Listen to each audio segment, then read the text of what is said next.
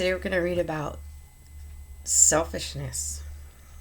This first one is the Gingerbread Man. There's many variations of this story. This one is a rather non-violent version. The second book is The Greedy Goat. I love this book because of the woodcut patterns. The Gingerbread Man by Anne Sellers Leaf. Another Roman numeral copyright, but the book was given to Uncle Bruce in 1967. Once upon a time, a little old man and a little old woman lived in a pleasant cottage behind a white fence. They were very happy, for their grandchildren lived nearby. One day, the little old woman was baking. When she had put her loaves of bread into the oven, she said to herself, "Now I will bake some gingerbread cookies for my grandchildren." So she made a lot of gingerbread cookies. She put them into a pan and put the pan into the oven to bake.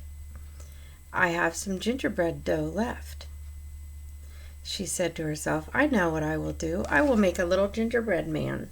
So she rolled out the dough, and very cleverly she shaped a little gingerbread man. "Now to dress him up," said the little old woman. She sprinkled brown sugar over his round little body, and gave him a brown coat. And then she stuck 3 big raisins in front for buttons, and then she gave him a pair of raisins for eyes, and a little lump of gingerbread for a nose. His mouth she made with pink sugar. She was pleased with him. She said, "Ah, there, my little gingerbread man. Now you're ready to go into the pan." So in the pan she laid him and popped him into the oven. She went on about her work while the fire burned and the oven baked the little gingerbread man. At last she opened the oven door. "My goodness, what a fine gingerbread man!" cried the little old woman when she saw what a wonderful brown color he was. "I'll just lay him in the cupboard to cool, and when the children come they can eat him." But when the gingerbread man heard this, he jumped up in the shiny pan and hopped right onto the clean kitchen floor. "No one shall eat me," he cried, and he ran towards the door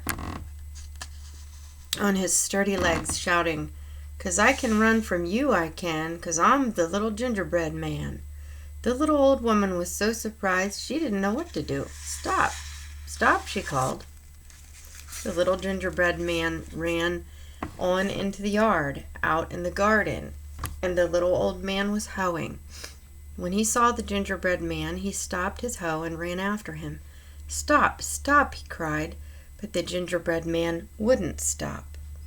He darted out through the gate and the white fence, shouting, "I can run away from you, I can, 'cause I'm the little gingerbread man." And he ran down the road so fast the little old man was left far behind.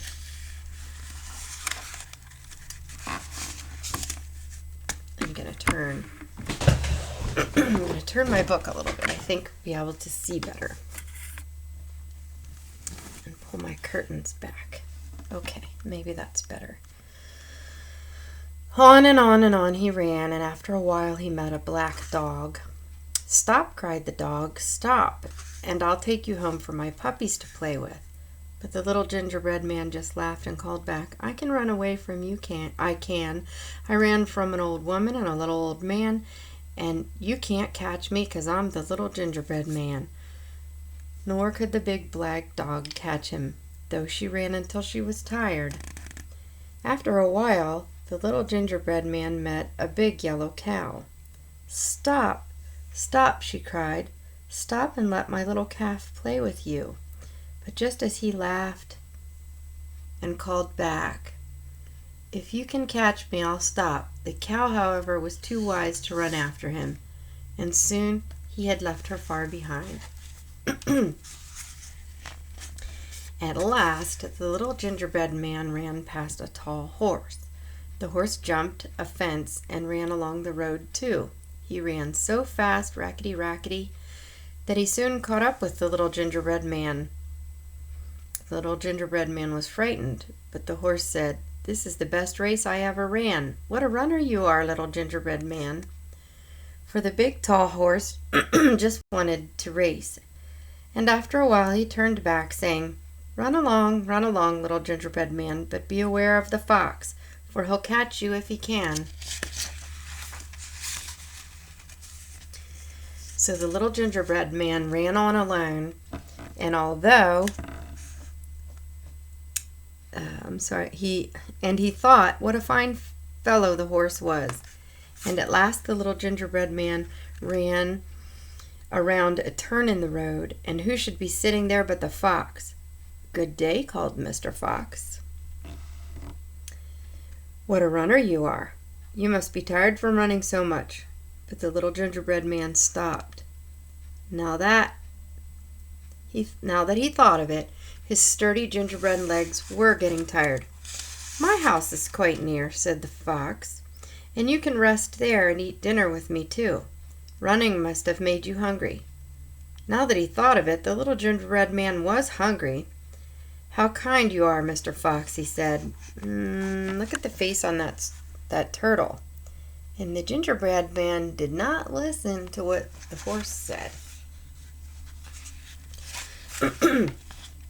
"Just follow me then," smiled the fox.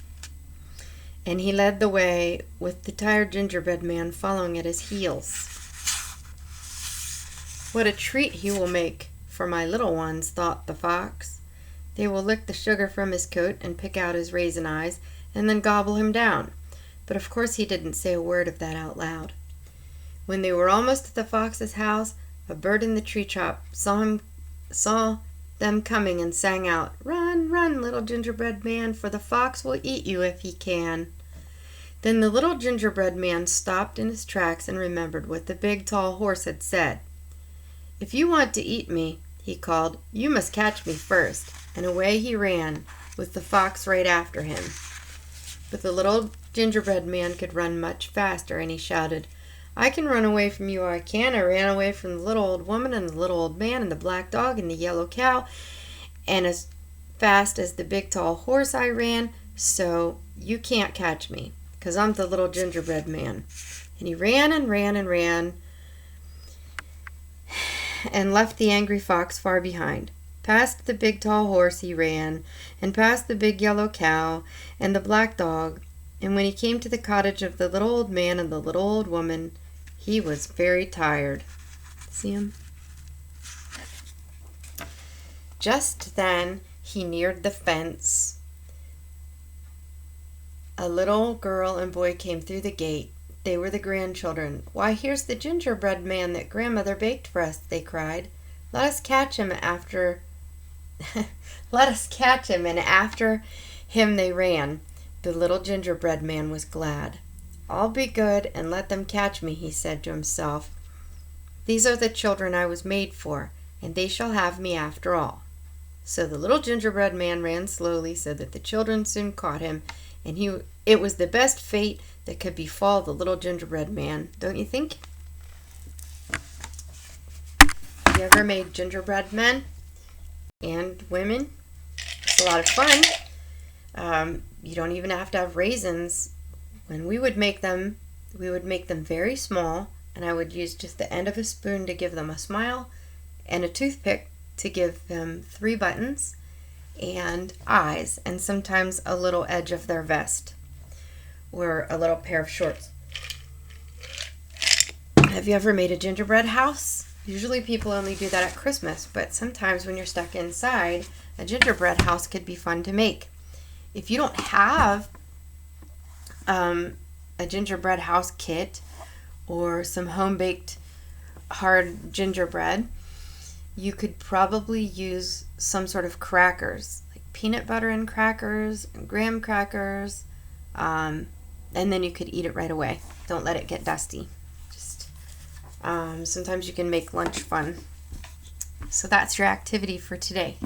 This next book is called The Greedy Goat by Emma L. Brock.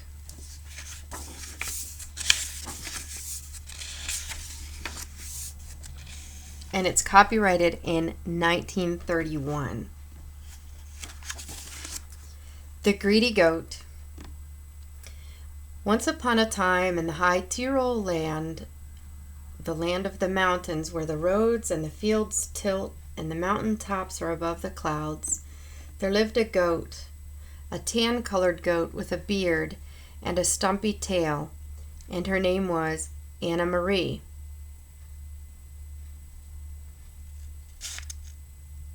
Do you know I didn't read that right? I read all of these words and then was going to read these words second. So I'm actually going to go back and read that again. Sometimes when you're reading, you make a mistake and you have to be patient with yourself and go back and read it again. Even big people make mistakes.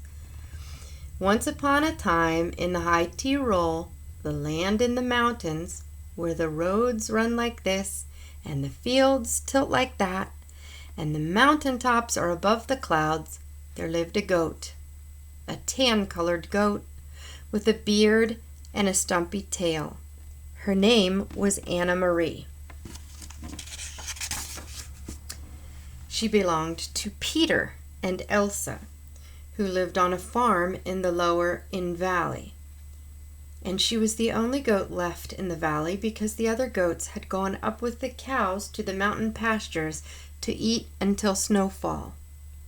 One day, when Elsa and Peter were in school, Anna Marie, who was really not a very big goat at all, stole into the garden and ate all the purple asters and 4 of the sunflowers, and the family was very sad. They were sad that the flowers were gone. The next day, when Elsa and Peter were in school, Anna Marie butted the butter churn, and it tipped over and spilled the cream that was to be made into butter, and the family was very sad that there was no butter for supper.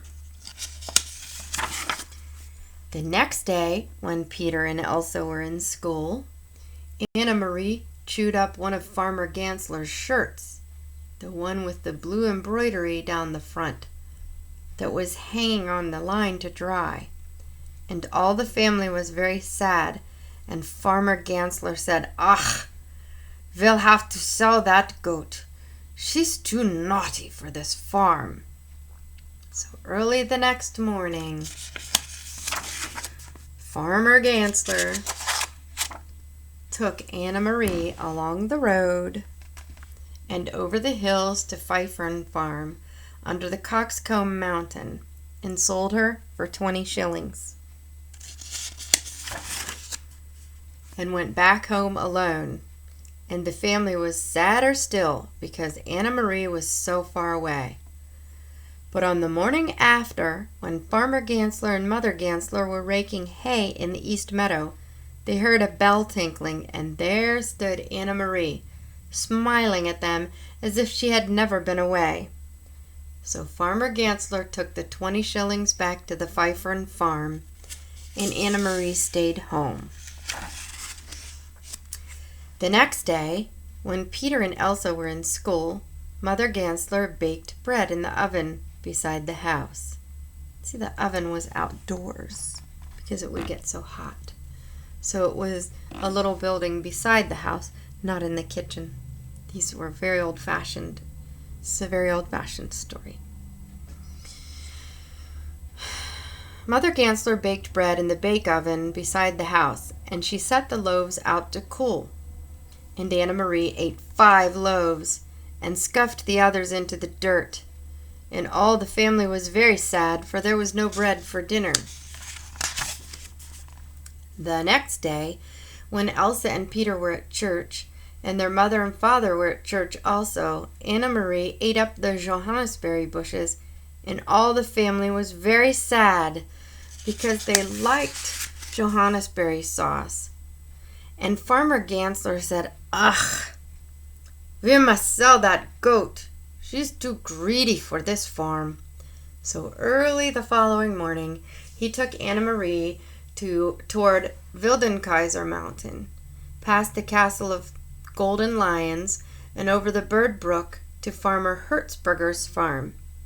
"That's a lovely-looking goat," said the farmer, and he bought her for 10 shillings, and Farmer Gansler went home alone. And the family was sadder still, because Anna Marie was so far away. That day was Monday, and on Tuesday morning when Farmer Gansler was chopping wood, he heard a bell tinkling and spied Anna Marie, standing and smiling at him as if she had never been away. So he took the 10 shillings back to Hertzberger's farm, and Anna Marie stayed at home. And on Wednesday, Anna Marie ran off with Elsa's doll. And the children were sad because she was a very old doll, and her name was Greta. On Thursday morning, Anna Marie chased the chickens into their private door and tipped over a pile of crocks and smashed them to bits. And Mother Gansler was very sad because they were good crocks. And on Friday morning, Anna Marie chewed up Farmer Gansler's longest pipe, and he was very sad and said, "Ach, we must sell that goat. She's too lively for this farm." So he tethered her up all day Saturday. He tethered her up by a chain to a tethering pin so that she could do no mischief. Early on Sunday morning, he took Anna Marie through the forest and over the hills. To the town of Goat's Hill, where all the bells were ringing and all the people were going to church. And he led her through the town and over to Oberleiten farm. "She's a good-looking goat," said the farmer. "I'll just give her to you," said the Farmer Gansler, and he went home alone. And the family was sadder still because Anna Marie was so very far away. Through the forest and over the hills and through the town and over the river at Oberleiten farm. On Monday, Peter and Elsa went back to school and ran home again, but Anna Marie had not come. All day Tuesday, Farmer Gansler and Mother Gansler dug potatoes, but Anna Marie had not come. All day Wednesday, Farmer Gansler and Mother Gansler raked hay in the fields and stacked it up into haycocks to dry. Anna Marie did not come. And the family was very sad indeed because Anna Marie was so far away and had not come home again. And on Thursday evening, while they were sadly eating their supper beside the kitchen stove, they heard a bell tinkling, and they saw Anna Marie tripping in at the door with her stumpy tail cocked up, smiling as if she had never been away. And the family all jumped up and cried, "It's Anna Marie! It's Anna Marie!" "Oh well, we'll never sell her again, or give her away again," they cried. "She's really not a very bad goat at all, and we can't get along without her." So Anna Marie stayed at home, and they lived happily ever after. Nah. The end. I enjoyed my Aunt Becky's story time today, and I hope that you have a very good day, and maybe even some gingerbread too. Something worth looking into.